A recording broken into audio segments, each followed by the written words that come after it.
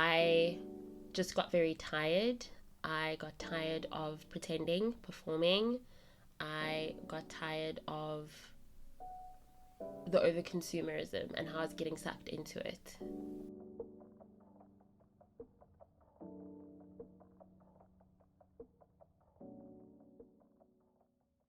Hi, community. Welcome back to a couple. Thank you so much for joining me. I am so glad you're here with me today. Whether you're listening on your morning walk, during your commute, or while winding down, I just want to thank you for choosing this space to refill your cup. I hope you have been doing well. I hope you've been taking good care of yourself. And I'm definitely in a much better place than I was a few weeks ago. I was going through a really rough patch. I was just feeling so disconnected from myself and from God. And you know what? Seasons come and seasons go. And I'm grateful that that season has seemingly come and gone. Thank goodness. And I'm beginning to feel more and more like myself. And I'm really happy about that. The last week has been quite a good one. The last 2 weeks, I'm going to say, have been so good because they've given me time and space to really reflect on just the Lord's goodness and to help me understand that the sun is always going to shine again. And this is something that I know, but when you are in a place where things are very dark and difficult, it doesn't feel like the sun will shine again. And so it was a really, really good reminder for me that the sun will shine again. And the thing is, seasons like that are probably going to come around again. But now I've just been able to see, especially going into my 30s, that there is always going to be something to be grateful for, even during the challenges. But most importantly, it does get better. I won't always be able to say when, or I won't be able to see when, but it will get better, and it does get better with time, and that is something that I'm so, so grateful for. So yeah, I'm happy to be feeling a lot better, and I am so grateful to have God, and I'm so grateful that God has put the incredible people that He has put in my life. I am very loved and supported, and I have people in my corner, and they're just always rooting for me and always wanting to show up for me. So yeah, the first quarter of 2025 has not been cute. It hasn't been easy, but God has remained good, and I am so, so grateful for that. All of the glory and the honor and praise will always, always, always go to Him. I I don't think I have a lesson this week, but I will say that it just continues to dawn on me that with this being the last year of my 20s, the last few months of my 20s, we know that the year moves at quite a rapid pace once we move into just the second quarter. And you know, when we get into the thick of things in terms of going from autumn to winter, it just always feels like it moves slowly because it's cold, and I don't like the cold, but it's actually moving really fast. And so I've just realized that, or I continue to realize that I really, really, really, really love the woman that I am becoming. And I'm really proud of myself for all of the progress that I've made and all of the work that I've put in and that I continue to put in.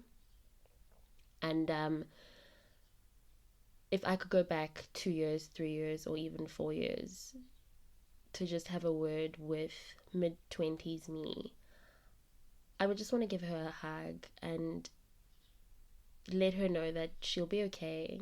She'll figure it out.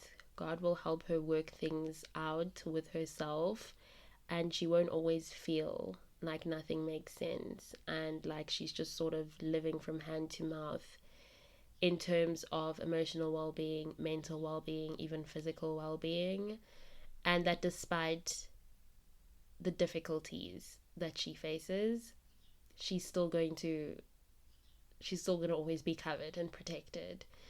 And I've just been thinking about how it's been such a journey, but here I am, and I continue to walk it, and I'm grateful for that. And I'm excited to turn 30. I actually am. I'm not scared. I'm not nervous. I'm looking forward to it. When I had my friend Bokang on, she said she has always known, always believed that she's meant to be 30. She's meant to be in her 30s. And I think I can, slowly but surely, I'm coming to a place of being able to resonate with that. I'm really excited. I'm really looking forward to it. And it's not that I'm thinking about or I'm expecting for these big things to happen in my 30s. I mean, if that's what God's plan is, then I absolutely accept it. I claim it. I receive it. But I'm not saying that I'm planning this. I'm seeing this. I'm gonna do this. I'm really working according to His plans, and I'm following His roadmap for me. But it's just that there's this coming into myself that I am continuing to experience, especially now in the last year of my 20s. And I love this. I love how grown I feel. I love how I handle situations. I love how self-aware I am, how emotionally mature I am, how I'm able to self-regulate. And. So, yeah, the week has just looked like me just going, wow, I'm so proud of yourself. And that's something that I felt the need to share, because maybe you are somewhere in your 20s and you're just like, whoa, what's actually happening? Some people are in their late 20s and they're still asking themselves what's going on. We all come to ourselves at different times. We come into ourselves at different times. We experience what I'm experiencing at different times. Some people experienced it in their mid-20s, some when they were 27. Some people only experience it when they're 35, okay? It's not the same for all of us. And I know that this will continue to happen for me at different levels. I just feel like I'm at level 1 right now, and I can only imagine what the higher level of it is going to be like. So, yeah, that has just been the reflection of the week. So, yeah, that's been the reflection of the week. And getting into today's episode, today we're going to be talking about a conversation, a topic that is quite close to my heart. It has become close to my heart. As you can see, the title says a little goes a long way, and this is going to be in the context of money. And we're not chasing get rich quick vibes or overwhelming saving goals. We're talking about building a mindset brick by brick that gives us freedom, control, and most importantly, peace. So let me take you back to mid 2024. So I was 28, and something in me just shifted. I'd had enough of feeling broke mentally and emotionally every time I looked at my bank account. I was enough of buying things to feel caught up, enough of performing for an audience that wasn't even watching. I realized that I was spending not as myself, but as the fantasy version of me. And this is something that made even more sense when I listened to this podcast episode. I will leave that in the show notes. We'll get into that in terms of the things that I'm going to leave in the show notes, but I do just want to say before we get into the episode properly, I'm going to leave quite a few podcast episodes, and obviously the podcasts themselves that I listen to, money podcasts, finance podcasts that I listen to that have been very, very helpful in helping me shape my mind or reshape my mind when it comes to money. So, yeah, I just got very tired. I got tired of pretending, performing. I got tired of the overconsumerism and how I was getting sucked into it. Okay? And I also just got tired of being the person who was always buying skincare that I was seeing on my For You page on TikTok. And again, looking at my bank account and just feeling sadness and just feeling like I had absolutely no control. Looking at my bank statement, oh, that was the worst. That was the absolute worst, okay? So I said to myself, you know what? We have to make a change here, Tsaredo. This cannot go on anymore. So I started learning. I didn't go from zero to financial guru overnight. I'm not a financial guru. This is also something else that I want to just, I just want to preface this episode by saying that I am not a financial expert. This episode, please, it doesn't constitute as financial advice. There are a lot of well-trained financial experts that will be able to assist you if that's what you're looking for. If you're looking for more in-depth information, I'm going to leave some resources in the show notes that have been very helpful for me, so go and check that out. But what I did is I simply began, and I told myself that, you know what, I need to start having the approach of a little goes a long way. So that's what I want to share with you today, right? The first thing that I really want us to understand, that starting small is still starting. There's this idea that I used to have that when you start saving, that when you start getting into looking after your money, putting your money away, it has to be a lot of money. And that's what I really used to think, that financial literacy was about big numbers. Financial literacy being about saving tens of thousands of rands, investing in stocks. I mean, that's great as well. But when you're starting, you don't need to overwhelm yourself like that. I used to think that it was setting up retirement funds and all in one go. But I quickly learned that trying to do too much too fast leads to burnout and shame. And guess what? Shame is not a good financial advisor. What actually does work? What actually works? It's starting with 50 rands or 100 rands, heck, even 20 rands. Putting it into a separate savings account every month religiously.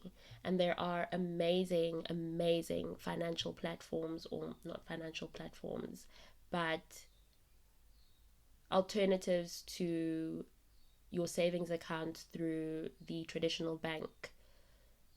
There's an app called the Frank app, and I will also leave the link to that, the details to that, in the show notes. You can put your money in there. I put small amounts of money in that account, and they have different kinds of accounts.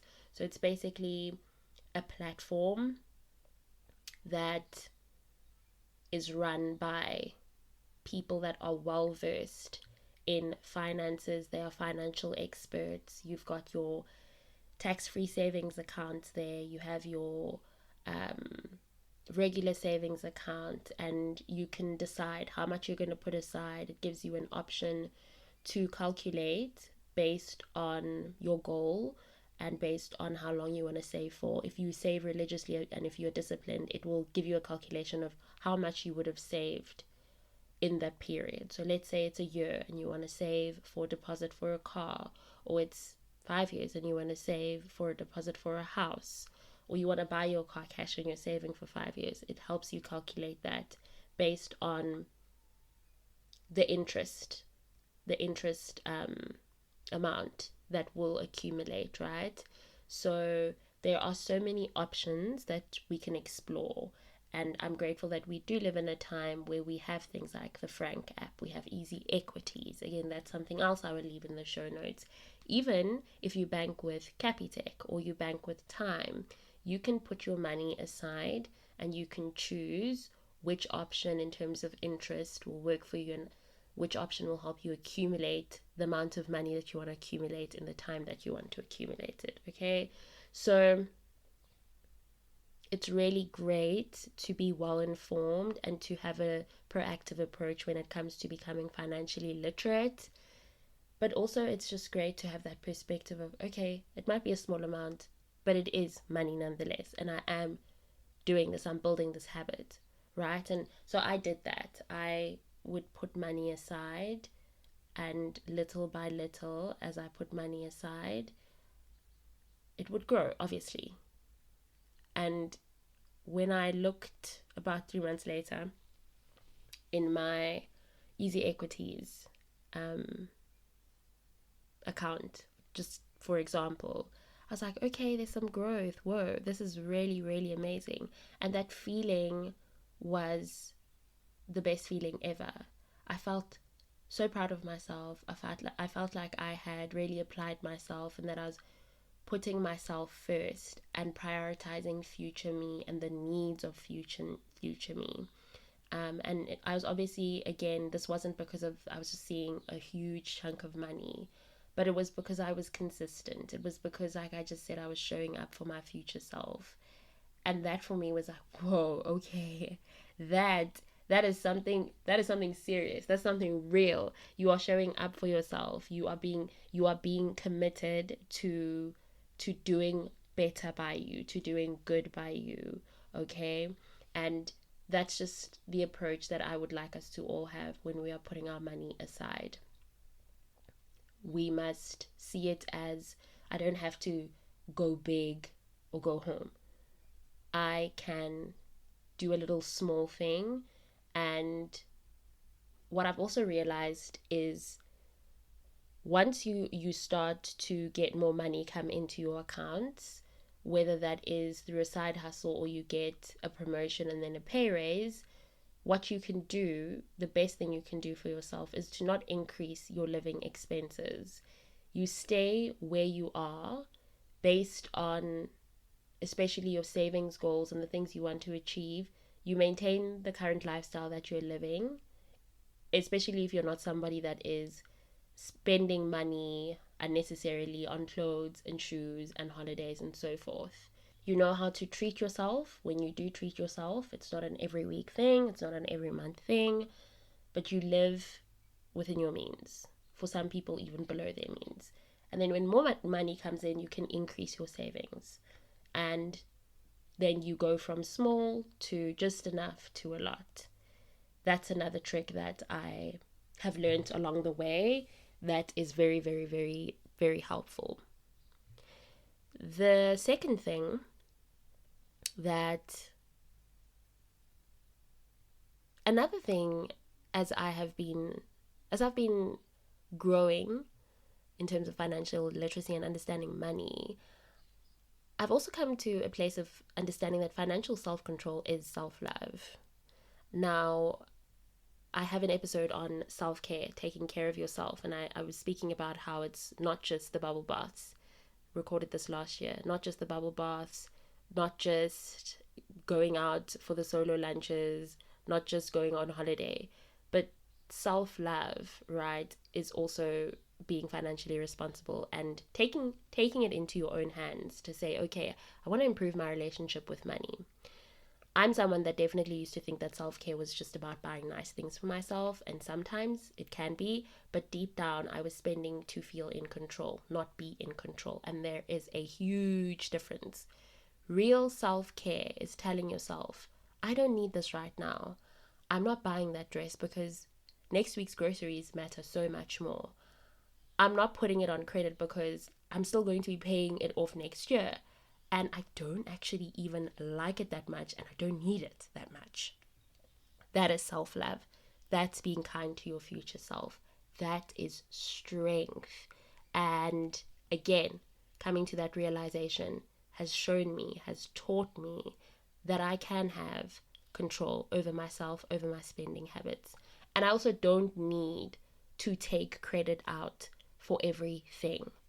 That is a trap that you can easily fall into. I fell into that trap when I came straight out of university, got a job, and I was getting some good money coming into my account. And then the creditors, they're coming out of the woodworks. It felt like they were coming out from everywhere. Qualify for an overdraft, qualify for a clothing account, qualify for this, qualify for that kind of credit, qualify for a loan. And it just feels like, whoa, I have all of this buying power. And if you're someone that's trying to prove a point, like I was, someone that was trying to feel like I had control through buying material things like I was, then you're going to end up falling into that trap and you are going to end up in debt. I remember seeing an interview where a gentleman said that the only thing you should actually be taking out on credit is a house and a car. Clothes, cell phone, gadgets, furniture. He was saying that those are things that we should save for. Now, I'm not going to pretend like I don't understand how the economy works, that people are having to manage inflation and just an increased cost of living without their salaries going up. And then there are all these living expenses, and people then want to move out of their family homes and go and live on their own. And so I know that there are some situations where you will probably feel forced to buy a bed on credit, buy a couch on credit, have to take a cell phone contract out because you can't afford to buy the phone that you actually want cash, right? And I understand all of those things. But then I've also realized that for some of us, for even many of us, I'm going to say it's that we are not willing to be comfortable and accepting of who we actually are financially, or rather where we are financially. And so you're now buying things and spending as your fantasy self instead of saving for your iPhone 15 Pro Max and putting money aside for 2 years or for a year. You are going to go take out a cell phone contract, and you're going to have to pay it back for 36 months or 24 months, however long that period is going to be for. So instead of making the sacrifice and saying, I'm going to just buy a Samsung or a Huawei cash, what I can afford, you are going to then take out a cell phone contract. And if you're going to be honest with yourself, you are spending as your fantasy self, not as your real self, because where you can avoid that debt of having to pay 500 Rand or 800 Rand or 1,000 Rand every month and just buy a phone cash and then be able to save, you are spending so much more money over that 3-year period or over that 2-year period. And again, that's probably a spend as a fantasy self, or a desire to fit in, or a desire to prove a point to people. It's the same as buying a cheaper couch temporarily, saving for the expensive one you want instead of taking it out on credit. Because with the credit thing, then there's interests involved, and now you've just put yourself in a situation that you didn't have to put yourself in, because you wanted it now. You felt the need to push yourself to take out debt for something that you shouldn't have taken debt out for. Debt also is supposed to be something that we use for emergency purposes. Apart from the house and the car, I'm learning that debt is, especially big debt, especially your loans, your personal loans, those are things that you're supposed to be taking out when you are really, really stranded. You go and borrow money from the bank when you are stranded.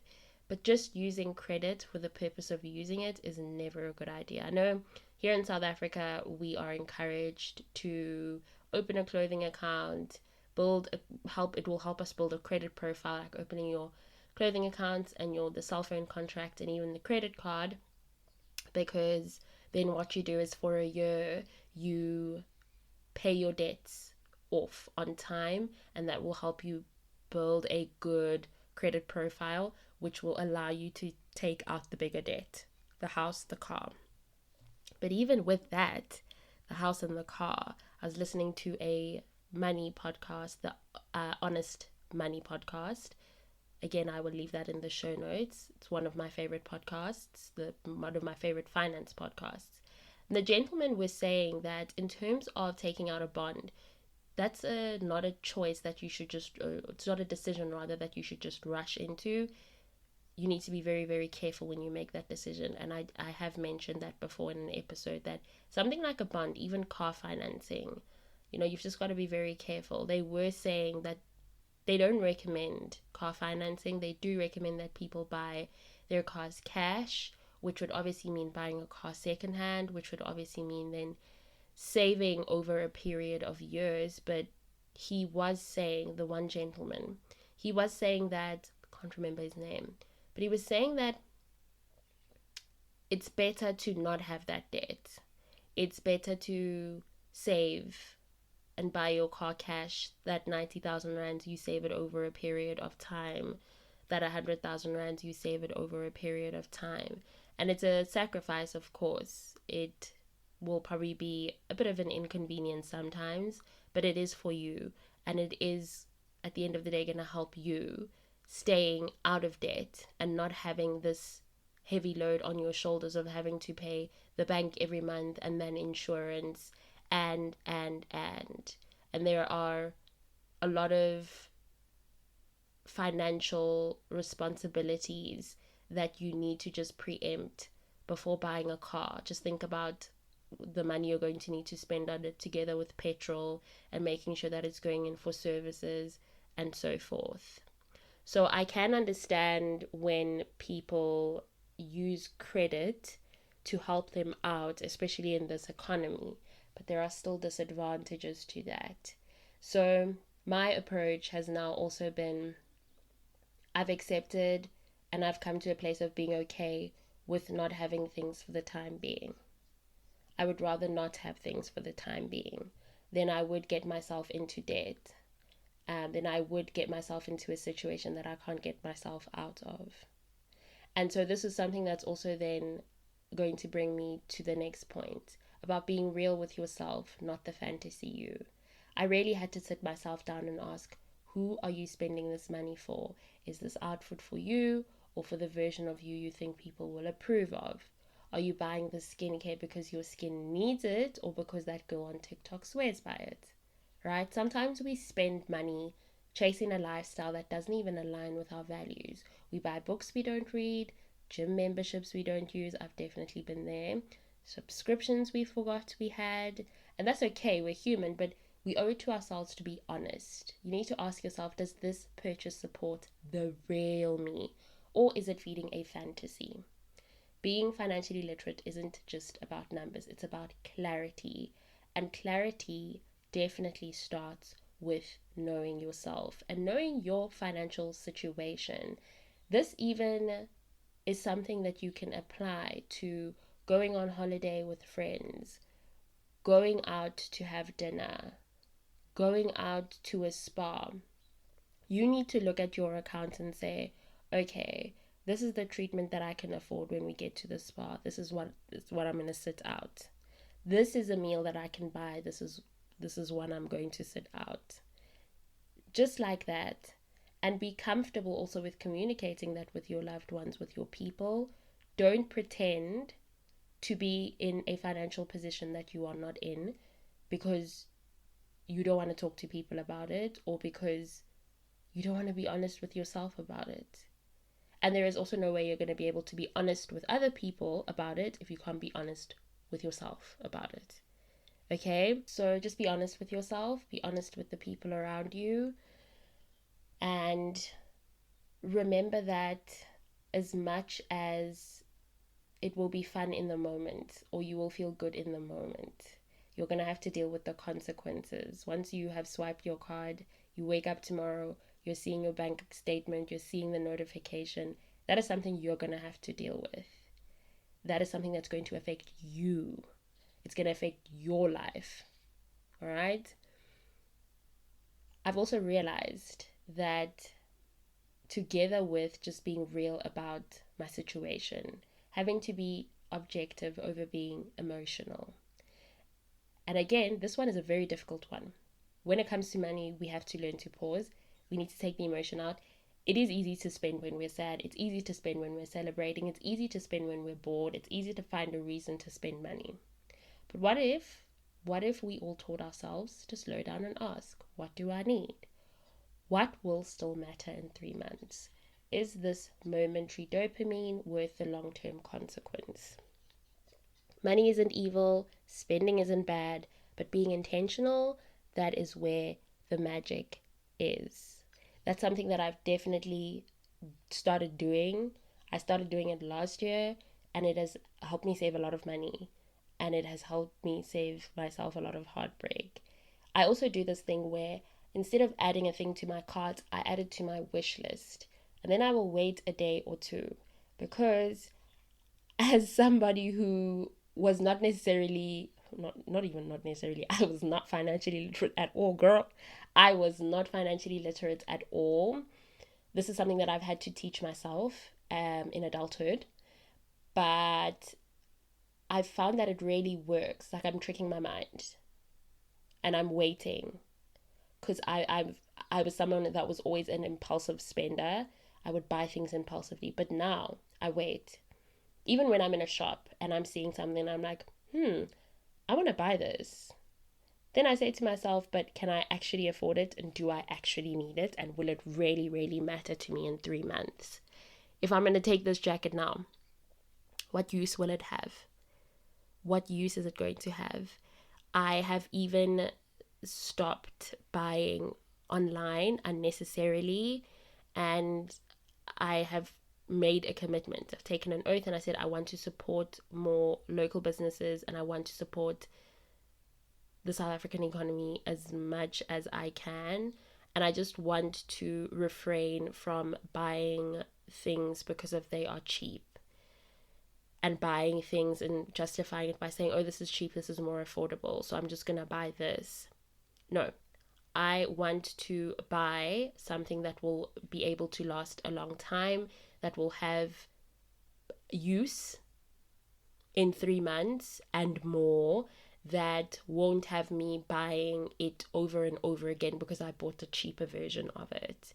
So then I've started saying to myself, if I can't afford it, then I'm not going to get it. If I don't need it, then I'm not going to get it. If it is going to cause me to have to buy another version of it in the next year, especially if it's a huge purchase, like a jacket, like shoes, then I'm not going to buy it. I would rather save. I'd rather wait and buy a good quality version of it. Even looking at sales, buying on things on sale, waiting for that period where clothes are discounted, shoes are discounted at a more pricier store, that's also something that I've gotten into. So those are things that have been extremely helpful.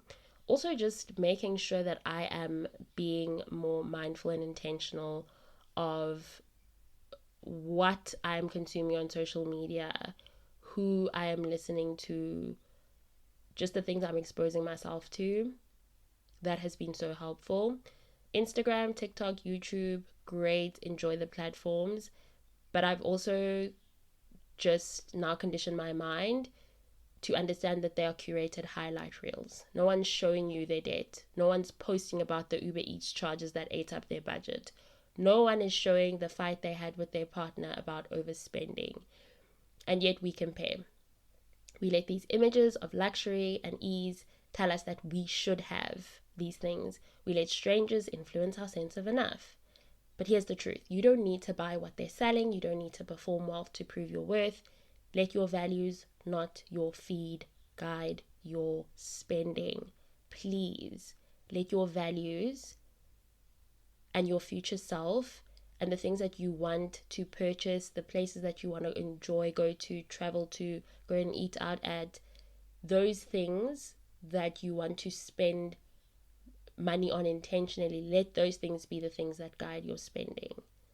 And also just your financial well-being overall, let that be the thing that guides your spending, not what people are doing every weekend on TikTok, what you're seeing, the places that they're visiting, the clothes that they're buying. No. If I want to invest in a 2,000 rands trench coat, and I do, and then I go onto TikTok and do a haul of the clothes that I bought, the bag that I bought, that was for me. And think of it that way. That was for her. That's what works for her. That's what she wanted. That's what will be helpful for her daily life. But that's not what I want. And then that's the thing. You need to just look at yourself, look at your life and say, okay, what do I want? What is the thing that works for me? Where is my pocket at? Where are my finances at? And live your life based on that. Spend your money based on that. Not what other people are doing, not what other people are saying. I spend so much money on skincare, on clothes, on things, even on experiences that just were not it for me. I just did not get any fulfillment from them. I've bought things from online stores that were very cheap, and that I thought, okay, I'm buying this, it's affordable, it's better. But it wasn't. It wasn't. I wasted money. I don't have a lot of those things anymore, and I just don't want to live my life like that. So we're all on very different paths and all on very different journeys. But when it comes to money, the approach can be very, very simple. I am going to be objective. I'm going to prioritize my future self. I'm going to make sure that I'm not putting myself in financial situations that are going to leave me broke and broken. Okay? And just remind yourself all the time that as much as social media can be a fun place to be, nice to enjoy, nice to see, it isn't always reality. And it shouldn't be the thing that dictates how you spend your money. So, as you think about everything that I've said and take it all in, I just want to leave you with the fact that you don't need to be rich to be wise. You don't need to save thousands to start saving. And you don't need to follow the crowd to feel successful. Okay? A little goes a long way. Financial self-control is freedom. And just remember that you are not behind. You're exactly where you need to be, starting, growing, learning. So be intentional always, and just keep that perspective. If today's episode spoke to you in any way, share it with someone who needs to hear that it's okay to start small. And if you've already begun your financial wellness journey, I'd love to hear what's been working for you. Please DM me on Instagram, or you can send me a voice note if you're feeling very bold on Instagram. Oh my goodness, I don't know if I've said this. I don't know. I remember sharing my personal Instagram handle, but I have created a new A Cupful page on Instagram, an account, and I would really, really appreciate it if you could follow me on there. There are a lot of interactive posts that I'll be doing. I really want to communicate with everyone on there. I want us to talk in the DMs, in the comments. I'd love to hear from you on that platform. So yeah, I'm starting again. I had an account before, but I did delete it because I was just not having a good time on the platform, and I just was feeling somehow every time I was on there, and so I said, let me just take a break. So I did, and I thought I would never go back, but I did. So yeah, it is A Cupful Pod. I will leave the handle in the show notes. Do give me a follow. Thank you so much for staying until this point of the episode. I really, really appreciate it. Please don't forget that A Cupful is on all listening platforms. And like I said, share this episode if you feel like somebody would enjoy listening to it or they need it. And just share the podcast overall. Have a lovely remainder of this week. Rest when you need to, work when you need to, be kind to yourself and others. That is very, very important. Please, please, please remember that the relationship that you have with money will continue to be shaped by you. And so you need to be intentional and take responsibility. And remember that you can do this. You can absolutely build a life for yourself when it comes to money, where you are fulfilled, where you are at peace, where you are content, and where your bank notifications bring you peace and not panic. And most importantly, don't forget to keep doing the things that fill your cup.